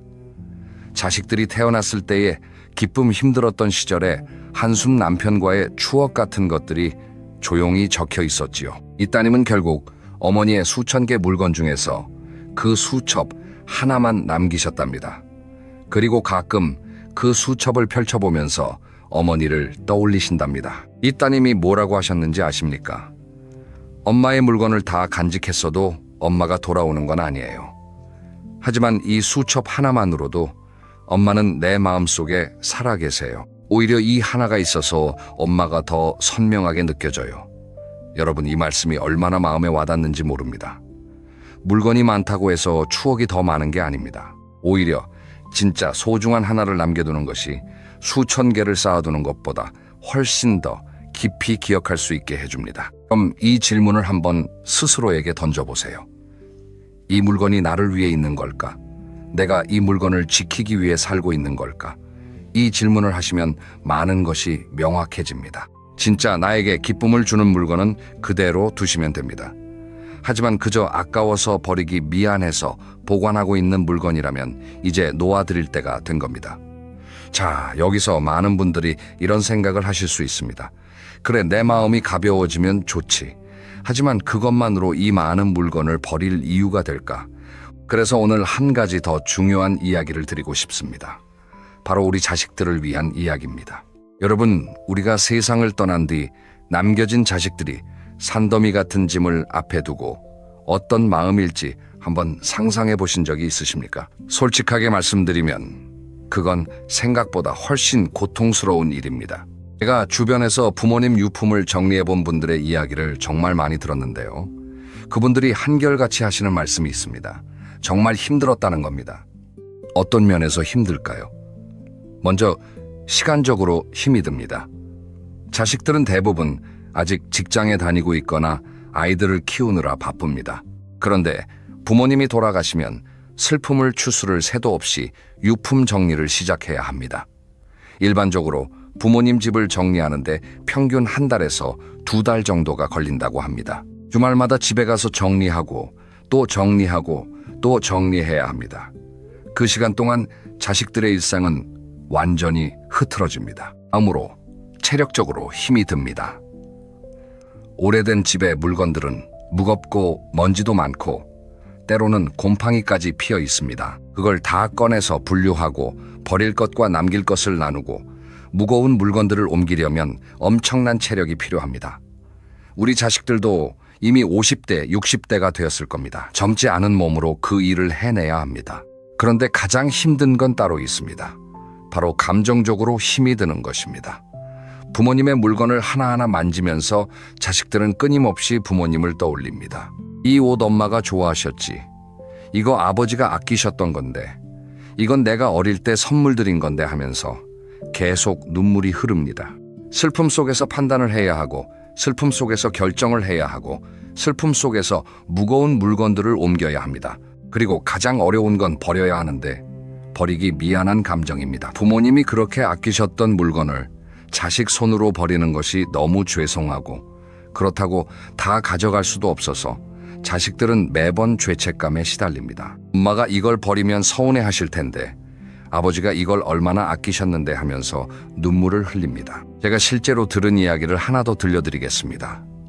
어느 따님이 어머니를 여의고 한 달 동안 매주 어머니 집에 가서 정리를 하셨답니다. 그런데 어느 날 혼자 어머니 집에 앉아서 울고 계셨답니다. 왜 우셨을까요? 어머니의 서랍을 열었는데 그 안에 수십 년 동안 모아두신 약 봉투 영수증, 누런 편지들이 가득했답니다. 그 중에서 정말 중요한 게 있을까봐 하나도 버리지 못하고 다 읽어봐야 했던 겁니다. 그 작업이 끝도 없더랍니다. 이 따님이 저에게 이렇게 말씀하셨습니다. 엄마를 잃은 슬픔보다 엄마가 남긴 물건들을 정리하는 고통이 더 컸어요. 그리고 그게 너무 죄송했어요. 여러분, 이 말씀이 얼마나 마음이 아픈지요. 우리가 아무리 아끼셨던 물건이라도 그것이 자식들에게는 엄청난 짐이 될 수 있다는 겁니다. 그래서 제가 오늘 꼭 말씀드리고 싶은 것이 있습니다. 내 손으로 미리 정리하는 것은 자식에게 주는 5가지 선물입니다. 첫째, 시간의 선물입니다. 자식들이 유품 정리에 쓸 시간을 여러분이 미리 줄여주시는 겁니다. 자식들은 그 시간에 여러분을 추억하며 마음을 추스를 수 있습니다. 이건 정말 큰 선물입니다. 둘째, 체력의 선물입니다. 자식들이 무거운 물건을 옮기며 다치지 않게 해주시는 겁니다. 우리 자식들도 이제 젊지 않습니다. 그들의 건강을 지켜주시는 일입니다. 셋째, 마음의 선물입니다. 자식들이 죄책감과 슬픔에 시달리지 않게 해주시는 겁니다. 가벼운 집은 자식들의 슬픔도 가볍게 해줍니다. 넷째, 선택의 선물입니다. 여러분이 직접 고르신 물건이 남아있으면 자식들은 이건 엄마가 정말 아끼셨던 거구나, 이건 아버지가 우리에게 남기고 싶으셨던 거구나 하고 확신할 수 있습니다. 물건 하나하나에 여러분의 마음이 담기는 겁니다. 다섯째, 이별의 선물입니다. 물건과 미리 이별하는 과정은 자식들에게 여러분의 뒷모습을 아름답게 남겨주는 일입니다. 자식들은 여러분이 마지막까지 자신들을 생각하셨다는 사실에 깊이 감동할 것입니다. 여러분, 이제 조금 마음이 움직이시는지요? 미리 정리하는 것은 결코 죽음을 준비하는 일이 아닙니다. 그것은 자식들에게 사랑을 전하는 마지막 방법입니다. 자식들에게 줄 수 있는 가장 큰 유산은 돈도 아니고 땅도 아닙니다. 가벼운 집, 그리고 그 안에 담긴 여러분의 따뜻한 마음입니다. 그런데 비움이 주는 선물은 자식들에게만 가는 것이 아닙니다. 지금 이 순간 여러분 자신에게도 엄청난 선물이 돌아옵니다. 비움이 주는 5가지 놀라운 선물을 말씀드리겠습니다. 첫 번째 선물은 공간의 여유입니다. 물건이 줄어들면 집이 놀랄 만큼 넓어 보입니다. 같은 집인데도 거실이 2배는 넓어 보이고 방이 훨씬 커 보입니다. 햇살이 바닥 끝까지 들어오고 공기의 흐름도 달라집니다. 마치 새로 이사 온 것 같은 기분이 듭니다. 실제로 많은 어르신들이 비우기를 실천하신 후 우리 집이 이렇게 넓은 집이었는지 몰랐다고 하십니다. 두 번째 선물은 안전의 회복입니다. 이건 정말 중요합니다. 나이가 들수록 가장 조심해야 할 것이 낙상 사고입니다. 노년에 한 번 넘어지면 골절로 이어지고, 골절은 오랜 입원으로 이어지고, 입원은 급속한 건강 악화로 이어집니다. 그런데 집안에 물건이 많으면 넘어질 위험이 훨씬 높아집니다. 바닥에 놓인 물건 통로에 쌓인 상자, 흔들리는 가구, 이런 것들이 모두 낙상 위험입니다. 집을 비우시면 이런 위험이 줄어듭니다. 안전한 집이 되는 겁니다. 세 번째 선물은 청소의 자유입니다. 물건이 많으면 청소가 정말 힘듭니다. 이것저것 드러내고 먼지 털고 다시 놓고 이런 과정을 반복해야 하지요. 나이가 들수록 이 과정이 점점 부담이 됩니다. 그런데 비우시면 청소가 놀랄 만큼 쉬워집니다. 30분이면 온 집안이 깨끗해집니다. 청소에 쓰던 시간이 줄어들면 그 시간을 다른 즐거움에 쓰실 수 있습니다. 네 번째 선물은 마음의 평온입니다. 눈에 들어오는 것이 줄어들면 마음도 고요해집니다. 복잡한 물건들이 사라지면 생각도 정리됩니다. 이건 실제로 경험해 보신 분들만 아실 수 있는 감각입니다. 집이 정리되니까 머릿속도 정리되는 것 같다고 많은 분들이 말씀하십니다. 마음의 평온은 무엇과도 바꿀 수 없는 귀한 선물입니다. 다섯 번째 선물은 진짜 소중한 것의 발견입니다. 이게 가장 깊은 선물입니다. 수많은 물건을 비우고 나면 끝까지 남는 것들이 있습니다. 그게 바로 여러분의 인생에서 정말로 소중한 것들입니다. 아내와의 첫 여행에서 찍은 사진 한 장, 자식이 어릴 때 그려준 그림, 어머니께서 물려주신 반지 하나, 수천 개의 물건에 가려져 있던 진짜 보물이 드러나는 순간입니다. 그 순간 여러분은 깨닫게 됩니다. 내 인생에 정말로 중요했던 것이 무엇이었는지를. 실제로 비움을 실천하신 어느 어머님이 저에게 이렇게 말씀하셨습니다. 비우고 나니까 집이 넓어진 게 아니라 내 인생이 넓어졌어요. 정말 중요한 것들만 보이기 시작했어요. 얼마나 아름다운 말씀입니까? 자, 그럼 이제 구체적인 이야기를 시작해 보겠습니다. 어디서부터 비워야 할까요? 지금 당장 비워야 할 7가지 영역을 말씀드리겠습니다. 첫 번째 영역은 옷장에 한 해 넘게 안 입은 옷들입니다. 옷장부터 시작하시는 것을 추천드립니다. 왜냐하면 옷은 상대적으로 감정적 애착이 덜하기 때문입니다. 먼저 지난 한 해 동안 한 번도 안 입으신 옷들을 꺼내보세요. 옷장 깊숙이 걸려있는 가끔 보기만 하고 입지는 않는 옷들이요. 그런 옷들을 꺼내서 3가지로 나누세요. 첫째, 상태가 좋고 누군가 입을 수 있는 옷은 기부하세요. 둘째, 특별한 추억이 담긴 옷이지만 안 입는 옷은 사진을 찍어두고 보내드리세요. 셋째, 낡아서 못 입는 옷은 감사 인사와 함께 버리세요. 그동안 나를 따뜻하게 해줘서 고맙다고 한마디 해주시면 마음이 훨씬 편해집니다. 한 가지 팁을 드리면 옷을 꺼낼 때 한 벌씩 직접 입어보세요. 입어봤을 때 몸에 안 맞거나 거울을 봤을 때 기분이 안 좋으면 그 옷은 이제 여러분의 옷이 아닙니다. 놓아주셔도 됩니다. 두 번째 영역은 장식장 안에 무거운 그릇과 쓰지 않는 그릇 세트입니다. 장식장을 한번 열어보세요. 얼마나 많은 그릇들이 들어있습니까? 결혼할 때 받은 그릇 세트 기념품으로 받은 잔들 선물로 들어온 도자기들, 대부분이 장식만 되어 있고 실제로는 쓰지 않는 것들일 겁니다. 이 그릇들 중에서 지난 한 해 동안 실제로 쓰신 것만 남기세요. 안 쓰는 그릇은 필요한 사람에게 주거나 정말 예쁜 것 몇 개만 남기고 정리하세요. 특히 무거운 그릇들은 우선적으로 비우시는 것이 좋습니다. 나이가 들수록 무거운 그릇은 떨어뜨려서 다치는 원인이 됩니다. 세 번째 영역은 서랍 속 오래된 서류와 영수증입니다. 이건 정말 많이들 쌓아두시는 것입니다. 수십 년 된 영수증, 이미 필요 없어진 서류들, 보관 기간이 지난 문서들, 이런 것들은 서랍 공간만 차지하고 있고 가치도 없습니다. 법적으로 꼭 보관해야 하는 서류 몇 가지만 따로 정리하시고 나머지는 과감하게 정리하세요. 특히 옛날 영수증, 지난 가계부 오래된 고지서 같은 것들은 바로 버리셔도 됩니다. 네 번째 영역은 책장에 다시 안 볼 책들과 잡지입니다. 책은 정말 정리하기 어려운 품목입니다. 언젠가 다시 읽을 거야 하는 마음이 강하지요. 하지만 솔직히 돌아보시면 지난 5년 동안 다시 읽은 책이 몇 권이나 되시는지요? 아마 거의 없으실 겁니다. 좋은 책들은 도서관이나 지역 복지관에 기부하세요. 누군가에게 더 큰 기쁨을 줄 수 있습니다. 정말 다시 읽고 싶은 책 몇 권과 인생에 의미가 있는 책 몇 권만 남기세요. 잡지는 보관 가치가 거의 없으니 바로 정리하시는 것이 좋습니다. 다섯 번째 영역은 베란다와 창고에 고장난 물건들입니다. 베란다나 창고를 한번 열어보세요. 언젠가 고쳐서 쓸 거야 하고 쌓아두신 물건들이 얼마나 많으십니까? 고장난 라디오 안 쓰는 가전제품, 낡은 화분 정체를 알 수 없는 상자들, 솔직하게 물어보세요.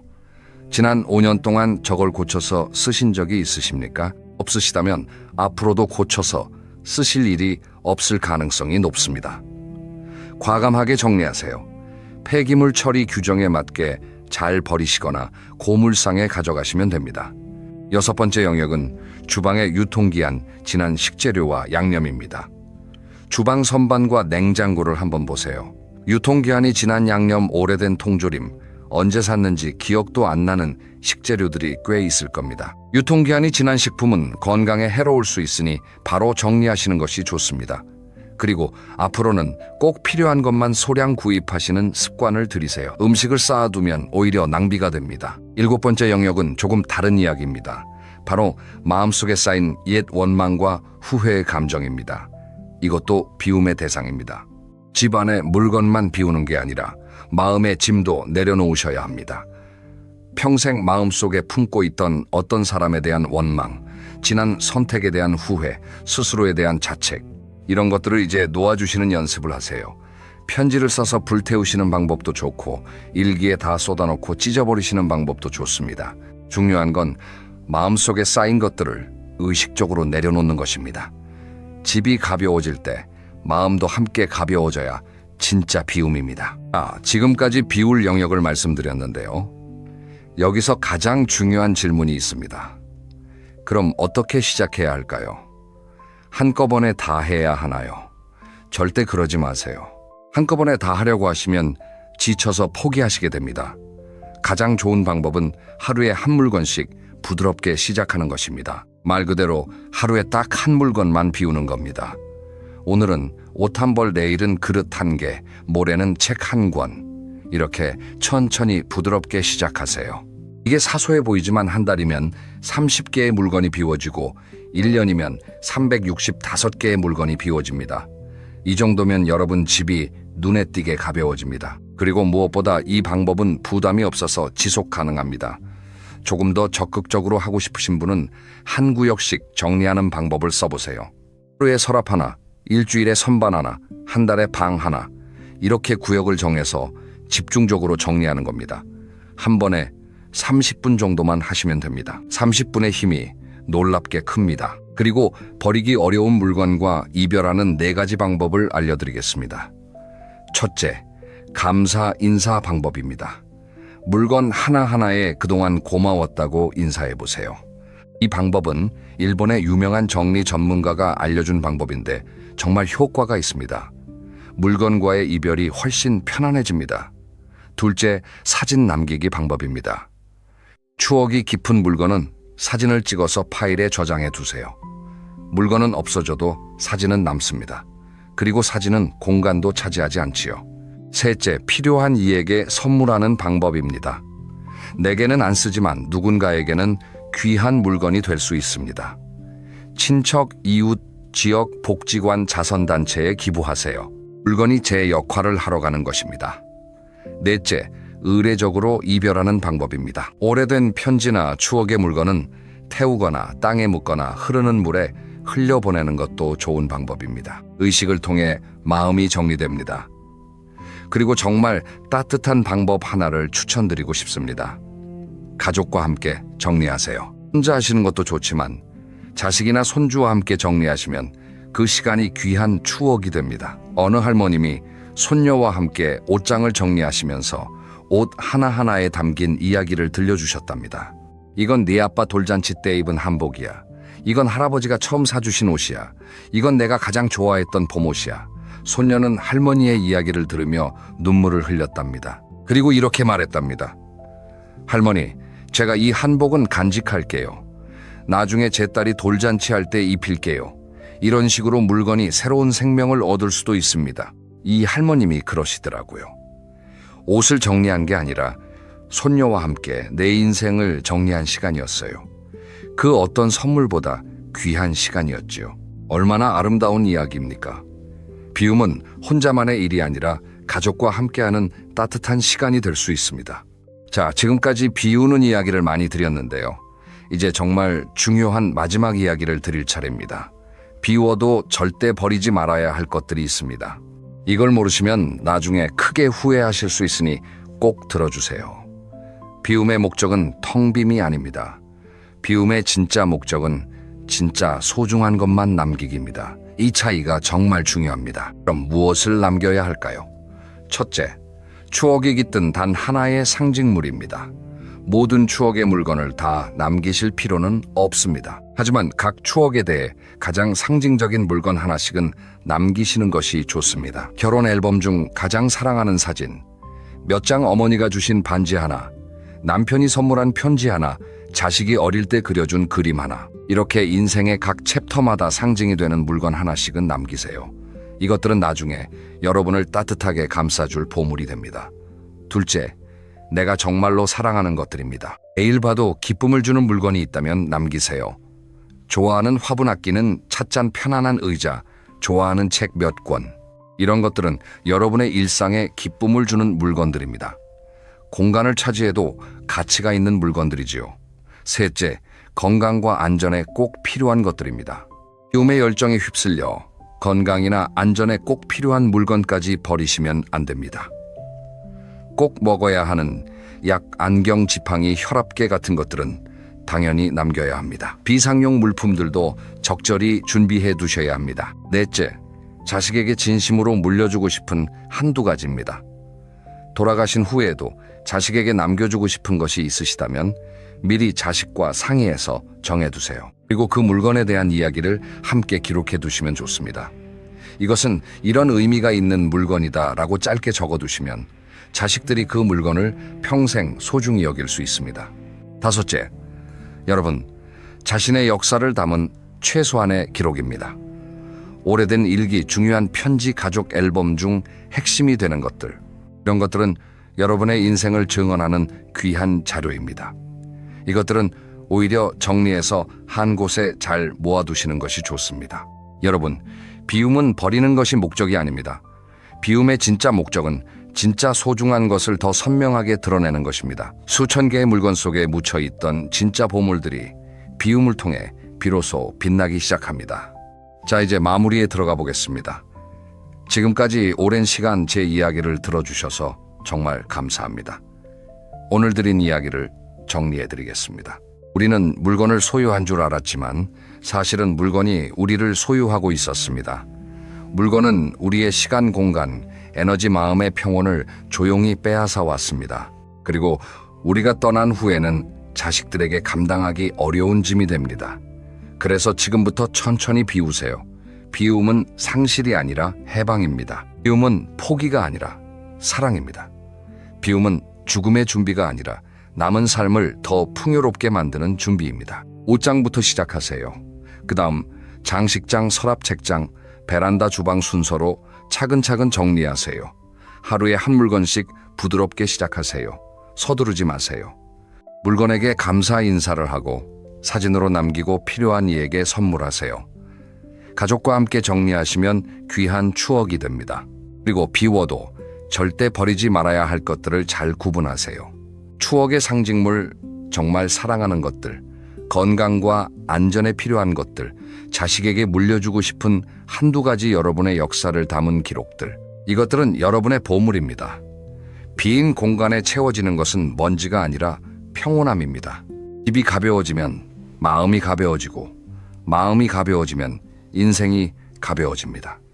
그리고 가벼운 인생은 훨씬 더 멀리, 훨씬 더 자유롭게 날아갈 수 있습니다. 내일부터 실천할 수 있는 3가지 작은 시작을 말씀드리겠습니다. 첫째, 내일 아침 옷장을 열고 한 해 동안 안 입은 옷 한 벌을 꺼내 그동안 고마웠다고 인사한 뒤 기부 상자에 넣으세요.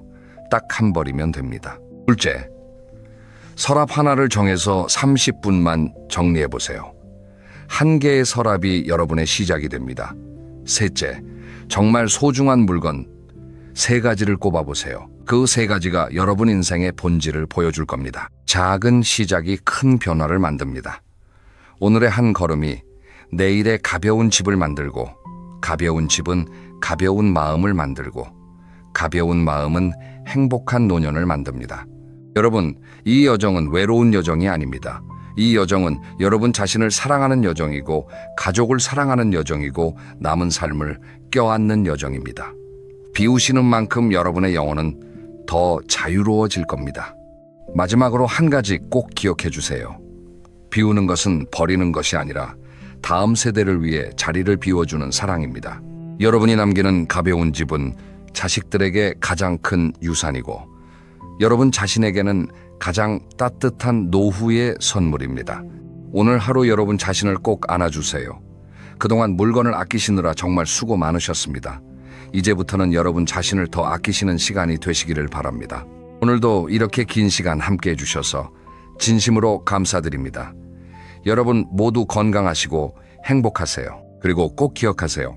비우는 것은 사라짐이 아니라 남은 삶을 껴안는 가장 품격 있는 사랑이라는 것을. 다음 영상에서 또 뵙겠습니다. 안녕히 계세요. 안녕하세요, 여러분.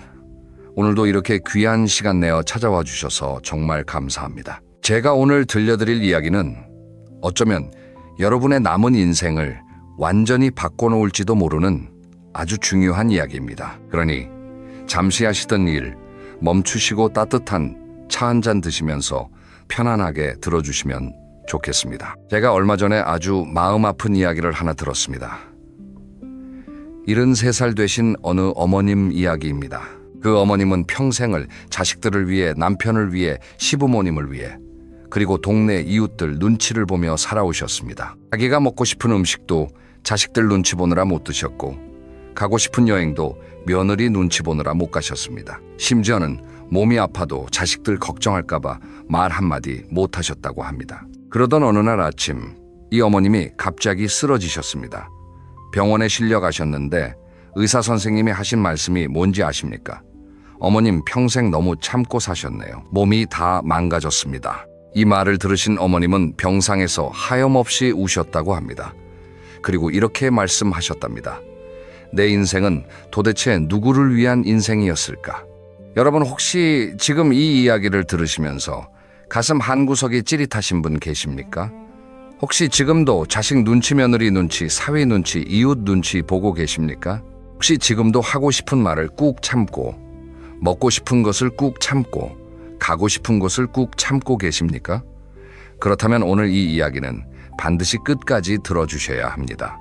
제가 한 가지 놀라운 사실을 말씀드리겠습니다. 최근 한 조사에 따르면 우리나라 70대 어르신들 중에서 지금 내 인생을 살고 있다고 자신 있게 답하신 분은 10명 중에 단 2명뿐이었다고 합니다. 나머지 8명은 뭐라고 답하셨을까요? 아직도 누군가의 눈치를 보며 살고 있다. 내 인생이 아닌 것 같다. 하고 싶은 것을 못하고 있다. 이런 답변이 대부분이었습니다. 평생 열심히 살아오신 우리 어르신들이 인생의 황금기라고 할 수 있는 70대에 왜 아직도 남의 눈치를 보며 살아야 합니까? 오늘 제가 여러분께 드릴 이야기를 끝까지 들어주시면 3가지가 달라집니다. 첫째, 왜 우리가 그동안 남 눈치를 보며 살 수밖에 없었는지 그 진짜 이유를 아시게 됩니다. 둘째, 지금 당장 내려놓아야 할 마음의 짐이 무엇인지 알게 되십니다. 셋째, 내일 아침부터 바로 실천할 수 있는 구체적인 방법을 가져가실 수 있습니다. 그리고 마지막에는 제가 정말 특별한 한 가지 비밀을 말씀드릴 겁니다. 이 비밀을 알고 계신 어르신들은 지금 완전히 다른 인생을 살고 계십니다. 자, 그럼 지금부터 시작해 보겠습니다. 편안하게 들어주세요. 여러분, 인생을 하루 24시간에 비유하면 어떻게 될까요?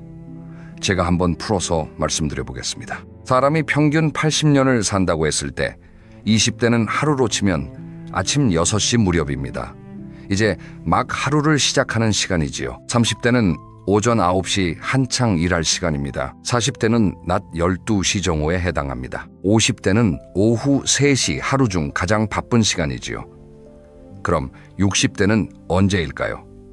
오후 5시 무렵입니다. 그리고 70대는 오후 7시 무렵이 됩니다.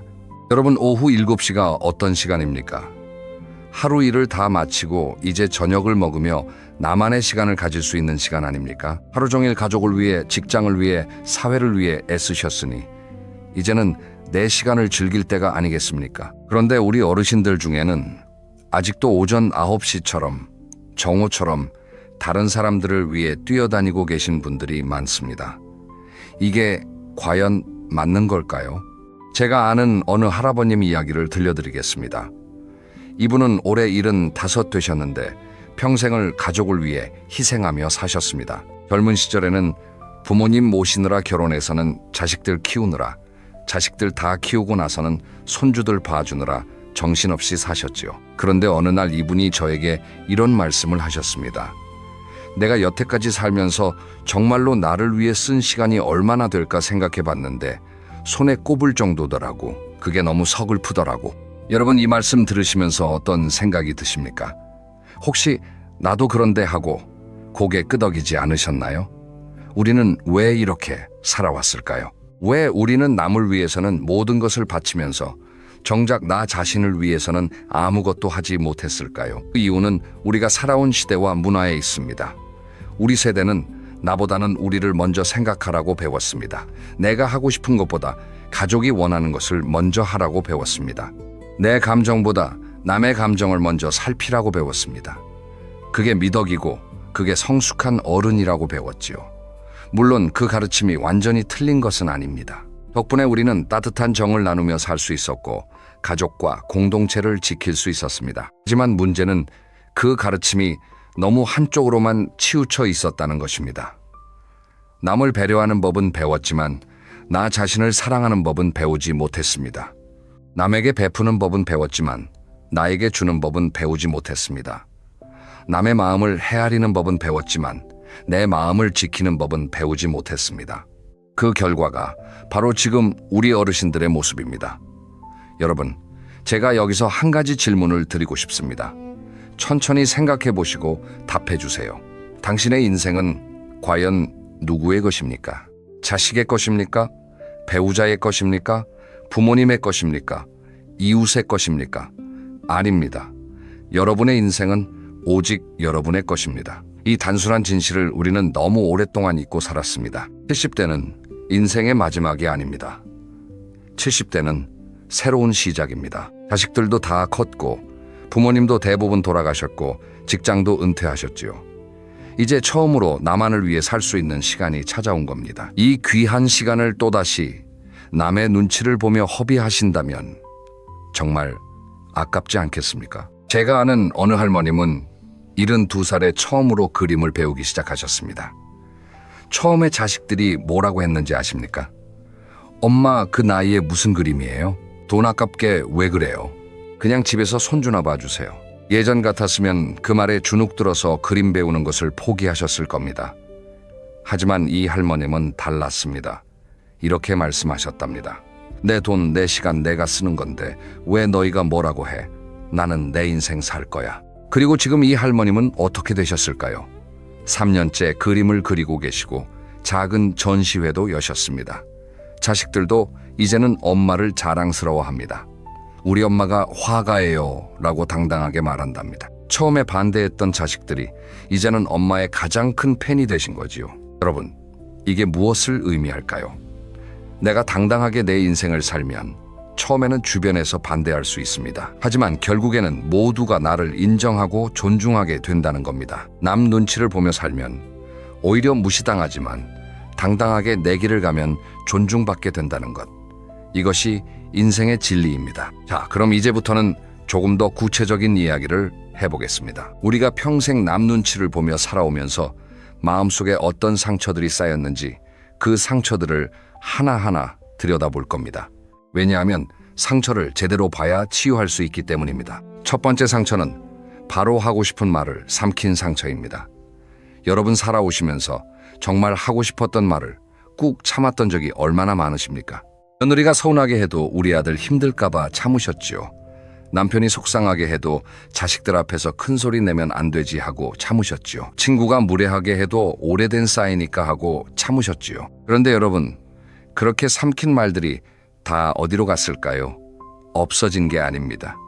여러분, 가슴속에, 마음속에, 그리고 몸속에 차곡차곡 쌓였습니다. 그게 바로 우리 어르신들이 자주 겪으시는 가슴 답답함, 소화불량 불면증의 진짜 원인일 수 있습니다. 한의학에서는 이런 것을 화병이라고 부르지요. 제가 아는 어느 할머님은 평생 시어머니에게 한마디도 못하고 사셨습니다. 시어머니가 돌아가시고 나서야 울면서 그러시더랍니다. 내가 한 번만이라도 어머니, 저도 사람이에요 라고 말했더라면. 이 말씀을 들으면서 저도 울컥했습니다. 두 번째 상처는 가고 싶은 길을 포기한 상처입니다.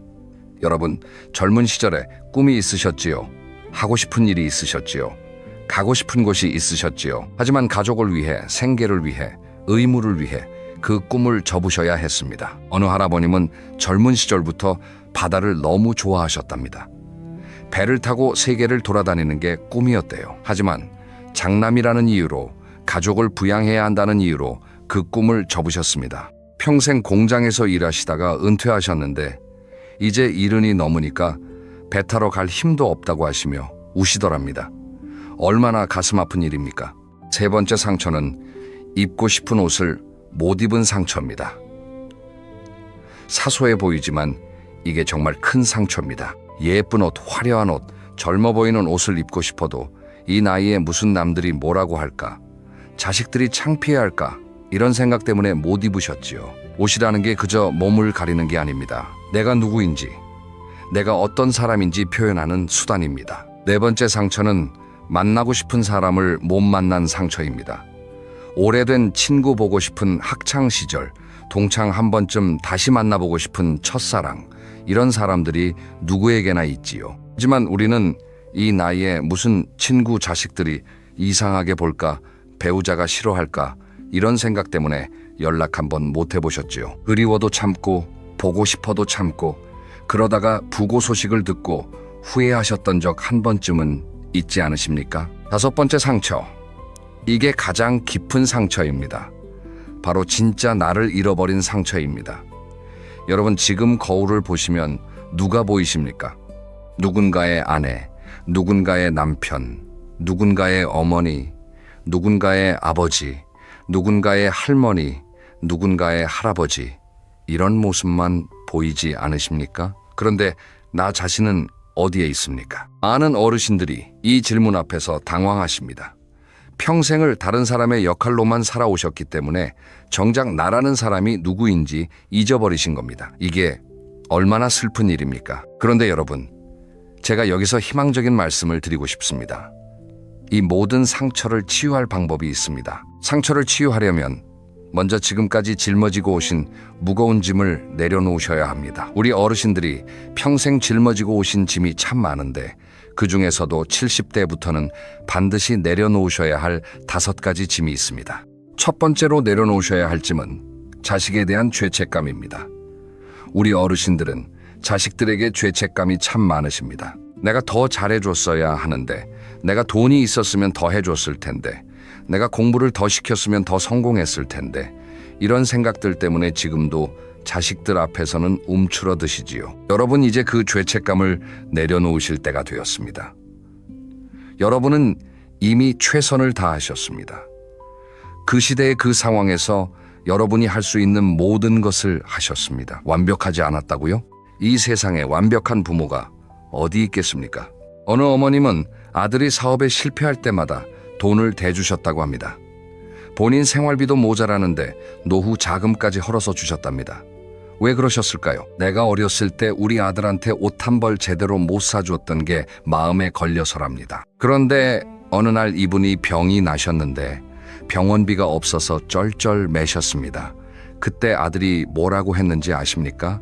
엄마, 왜 돈을 다 써버리셨어요? 이제 누가 엄마 병원비 대요? 자식에 대한 죄책감 이제 그만 내려놓으세요.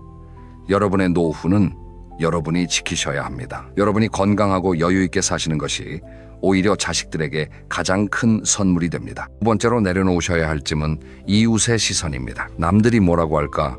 동네 사람들이 어떻게 생각할까? 친척들이 수군거리면 어떡하지? 이런 걱정 이제 그만하셔도 됩니다. 여러분, 솔직히 말씀드려도 될까요? 남들은 여러분 생각만큼 여러분에게 관심이 없습니다. 사람들은 다들 자기 인생 살기 바쁩니다. 여러분이 무슨 옷을 입든 무슨 음식을 먹든 어디를 가든 하루만 지나면 다 잊어버립니다. 이제는 남들이 뭐라고 하든 내가 좋으면 그만이라는 마음을 가지셔야 합니다. 세 번째로 내려놓으셔야 할 짐은 과거의 체면입니다. 우리 세대는 체면을 정말 중요하게 생각했지요. 내가 왕년에 어땠는데, 내가 한때 어떤 자리에 있었는데, 이런 생각 때문에 지금 이 나이에도 자존심 때문에 힘들어하시는 분들이 많습니다. 모르는 것을 물어보지 못하시고 도움이 필요해도 요청하지 못하시지요. 그런데 여러분, 진짜 체면이 뭔지 아십니까? 모르는 것을 아는 척하는 게 체면이 아닙니다. 모르면 배우고 필요하면 도움 요청하고 잘못했으면 사과하는 것, 그게 진짜 어른의 체면입니다. 과거의 체면 이제 내려놓으세요. 그 체면이 여러분의 인생을 가두고 있습니다. 네 번째로 내려놓으셔야 할 짐은 완벽한 부모, 완벽한 배우자라는 환상입니다. 세상에 완벽한 사람은 없습니다. 완벽한 부모도 없고 완벽한 배우자도 없습니다. 그런데 우리는 스스로에게 너무 높은 기준을 강요하며 살아왔습니다. 이제는 그 환상을 내려놓으세요. 여러분은 그냥 사람입니다. 완벽하지 않아도 괜찮습니다. 여러분은 그 자체로 충분히 소중합니다. 다섯 번째, 그리고 가장 중요한 짐이 있습니다. 바로 내가 참으면 된다는 착각입니다. 많은 어르신들이 이렇게 생각하십니다. 내가 한 번만 참으면 집안이 편해. 내가 한 번만 참으면 자식들이 행복해. 정말로 그럴까요? 제가 한 가지 진실을 말씀드리겠습니다. 여러분이 참는다고 해서 모두가 행복해지지 않습니다. 혼자 참아서 만드는 평화는 가짜 평화입니다. 제가 한 분을 소개해드리고 싶습니다. 75세의 인생에서 처음으로 혼자 여행을 떠나신 어머님 이야기입니다. 이분은 평생 혼자 여행이라는 것을 해본 적이 없으셨답니다. 그러다가 75되시던 해 어느 날 문득 이런 생각이 드셨답니다. 내가 이대로 죽으면 너무 억울하지 않을까. 그래서 용기를 내셨습니다. 자식들에게도 알리지 않고 혼자 기차표를 끊으셨습니다. 젊은 시절에 남편과 신혼여행 계획을 세웠다가 시어머니 병원 때문에 못 갔던 그 바닷가로 가셨답니다. 50년 동안 마음에 품고만 있던 그곳에 드디어 혼자서 가신 겁니다. 바닷가에 도착해서 바다를 보시는데 눈물이 펑펑 쏟아지셨답니다. 슬퍼서가 아니라 너무 행복해서, 그리고 너무 자유로워서요. 그리고 이렇게 생각하셨답니다. 이 좋은 것을 왜 그동안 못했을까? 왜 이 나이까지 참기만 했을까? 여러분, 이 어머님의 이야기가 특별한 이야기일까요? 아닙니다. 이건 누구나 할 수 있는 이야기입니다. 용기를 내기만 하면 됩니다. 그 무거운 짐들을 내려놓기만 하면 됩니다. 그럼 이제 짐을 내려놓으셨다면 다음은 어떻게 해야 할까요? 새로운 습관을 만드셔야 합니다. 당당하게 사시는 어르신들에게는 공통된 7가지 습관이 있습니다. 지금부터 하나씩 말씀드릴 테니 내일부터 하나라도 실천해 보시길 바랍니다. 첫째, 아침에 거울 보며 자기 자신에게 인사하기입니다. 아침에 일어나서 세수하시고 거울을 보실 때 그냥 지나치지 마시고 한 번만 자신에게 말을 걸어주세요. 오늘도 수고한다. 오늘도 잘해보자. 나 오늘도 멋지네. 이런 말 한마디. 별것 아닌 것 같지만 이것만 꾸준히 하셔도 마음이 달라집니다. 우리는 평생 남에게는 인사하고 격려했지만 정작 자기 자신에게는 한마디도 해준 적이 없지 않습니까? 이제부터라도 내가 나의 가장 좋은 친구가 되어주세요. 둘째, 싫은 건 분명하게 싫다고 말하기입니다. 이게 생각보다 어려우실 겁니다.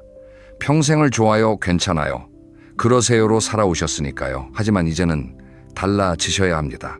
며느리가 무리한 부탁을 하면 이번에는 힘들 것 같다고 말씀하세요. 친구가 계속 불쾌하게 하면 나는 그런 말이 불편하다고 말씀하세요. 자식이 돈을 달라고 하는데 여력이 없으면 지금은 어렵다고 말씀하세요. 내 마음을 솔직하게 말하는 게 관계를 망치는 게 아닙니다. 오히려 관계를 진짜로 만듭니다. 셋째, 내 돈은 내가 쓰는 연습입니다. 여러분, 평생 아끼고 모은 돈 누구를 위해 있는 겁니까? 여러분 자신을 위한 것입니다. 그런데 많은 어르신들이 자기 돈을 자기가 쓰지 못하십니다. 자식들 생각, 손주들 생각 때문에 늘 망설이시지요. 이제부터는 내가 번 돈, 내가 모은 돈 당당하게 나를 위해 쓰세요. 맛있는 음식 드시고 싶으면 드세요. 좋은 옷 사고 싶으면 사세요. 여행 가고 싶으면 가세요. 그 돈을 쓰셔도 자식들에게 물려줄 돈이 조금 줄어들 뿐입니다. 그리고 솔직히 말씀드리면 자식들에게 많은 재산을 물려주는 것보다 여러분이 건강하고 행복하게 사시는 것이 자식들에게 훨씬 큰 축복입니다. 넷째, 취미 하나 이상 갖기입니다. 취미가 없으신 분들이 정말 많습니다. 평생 일만 하고 가족만 챙기다 보니 내가 뭘 좋아하는지도 모르게 되셨지요. 이제부터라도 취미를 하나 찾아보세요. 그림, 노래, 춤, 산책, 등산, 독서, 정원, 가꾸기, 요리 뭐든 좋습니다. 잘하실 필요 없습니다. 그냥 시작해 보시면 됩니다. 취미가 있으시면 인생이 풍요로워집니다. 그리고 무엇보다 중요한 건 취미는 나를 위한 시간이라는 겁니다. 여섯째, 새로운 사람 만나기입니다. 나이가 들수록 인간관계가 좁아진다고들 하지요. 친구도 하나둘 떠나가고 새로운 사람 만나기도 쉽지 않고요. 그래서 더욱 적극적으로 새로운 인연을 만들어 가셔야 합니다. 동네 복지관에 나가보세요. 문화센터에서 강좌를 들어보세요. 종교활동이나 봉사활동을 해보세요. 처음에는 어색해도 조금만 용기를 내시면 좋은 인연들을 만나실 수 있습니다. 여섯째, 매일 나를 위한 시간 30분 확보하기입니다. 하루 24시간 중에 딱 30분만 오롯이 나를 위한 시간을 가지세요. 그 시간에는 누구의 방해도 받지 않고 아무 의무도 없이 내가 하고 싶은 것을 하는 겁니다. 차 한 잔 마시며 창밖 보기 좋아하는, 음악 듣기, 일기 쓰기 좋아하는 책, 읽기 뭐든 괜찮습니다. 중요한 건 매일 하는 것입니다. 30분이 여러분의 하루를 지켜주고 마음을 지켜줍니다. 7째 감사 일기 쓰기입니다. 매일 밤 자기 전에 그날 감사했던 일 3가지를 적어보세요. 아주 작은 것도 괜찮습니다. 오늘 날씨가 좋았다. 이웃이 반갑게 인사해줬다. 맛있는 된장찌개를 먹었다. 이런 것들이요. 감사 일기를 쓰시면 놀라운 일이 벌어집니다. 불평 대신 감사가 많아지고 마음이 점점 평온해집니다. 실제로 많은 연구에서도 감사 일기가 우울감을 줄이고 행복감을 높인다고 합니다. 그럼 실제로 이런 변화를 실천하신 어르신들의 이야기를 몇 분 들려드리겠습니다. 첫 번째 이야기는 건강이 좋아진 어느 할아버님 이야기입니다. 이분은 평생 고혈압, 당뇨, 소화불량으로 고생하셨다고 합니다. 그런데 72 되시던 해에 결심을 하셨답니다. 이제부터는 내 마음에 솔직하게 살자고요. 어떻게 바뀌셨을까요? 먼저 싫어하던 모임에 안 나가기 시작하셨습니다. 대신 진짜 좋아하는 분들만 만나셨지요. 그런데 놀라운 일이 벌어졌습니다. 6개월이 지나니까 혈압이 정상 가까이 떨어졌답니다. 의사 선생님이 물으시더랍니다. 할아버님이 뭐라고 답하셨을까요? 의사 선생님, 마음의 병을 고치니까 몸도 낫네요. 두 번째 이야기는 가족 관계가 오히려 더 좋아진 어느 어머님 이야기입니다. 이분은 평생 며느리 눈치를 보며 사셨답니다.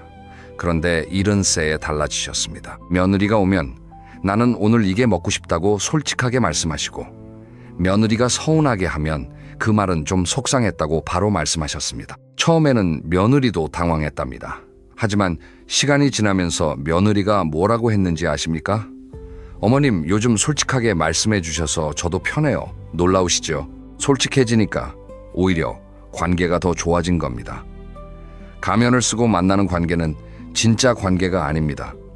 맨 얼굴로 만나야 진짜 정이 생깁니다. 세 번째 이야기는 새로운 친구가 생긴 어느 할머님 이야기입니다. 이분은 남편을 먼저 떠나보내시고 외로움에 힘들어 하셨답니다. 그러다가 우울증까지 오셨다고 합니다. 그때 이 할머님이 용기를 내서 동네 복지관에 나가셨답니다. 그렇게 한 분, 두 분 친구가 생기면서 지금은 친구들과 매주 모여서 함께 식사하고 함께 여행도 다니신답니다. 네 번째 이야기는 자존감을 회복한 어느 할아버님 이야기입니다. 이분은 은퇴 후에 자존감을 완전히 잃어버리셨답니다. 그러다가 우연히 봉사활동을 시작하셨습니다. 일주일에 한 번 지역 어린이들에게 책 읽어주는 봉사였지요. 지금 이분은 이렇게 말씀하십니다. 직장 다닐 때보다 지금이 더 보람이 있어요. 자존감은 밖에서 오는 게 아닙니다. 내가 스스로 의미를 만들어갈 때 생기는 겁니다. 여러분, 이 네 분의 이야기를 들으시면서 어떤 생각이 드셨습니까? 이분들이 특별한 분들이 아닙니다. 여러분과 똑같은 평범한 어르신들이십니다. 다만 한 가지 차이가 있습니다. 이분들은 이제부터 내 인생을 살아야겠다고 결심하셨고 그 결심을 행동으로 옮기셨습니다. 그럼 여러분은 어떻게 하시겠습니까? 선택은 여러분의 것입니다. 자, 이제 마무리로 들어가기 전에 내일 당장 실천할 수 있는 3가지 작은 변화를 말씀드리겠습니다. 첫째, 오늘 하루 나를 위한 선택 1가지 하기입니다. 둘째, 거절에 한마디 연습하기입니다. 셋째, 내가 정말 좋아하는 것 3가지 적어보기입니다. 종이와 펜을 준비하시고 내가 정말 좋아하는 것 3가지를 적어보세요. 여러분의 인생은 여러분의 것입니다. 누구도 대신 살아줄 수 없고 누구도 빼앗아갈 수 없습니다. 70대는 끝이 아니라 새로운 시작입니다. 남 눈치 보지 마세요. 여러분이 당당하게 사시면 오히려 모두가 여러분을 존중합니다. 여러분의 남은 인생이 지금까지보다 훨씬 더 자유롭고 훨씬 더 행복하고 훨씬 더 여러분다운 시간이 되시기를 진심으로 응원합니다. 다음 영상에서 또 뵙겠습니다. 안녕히 계세요.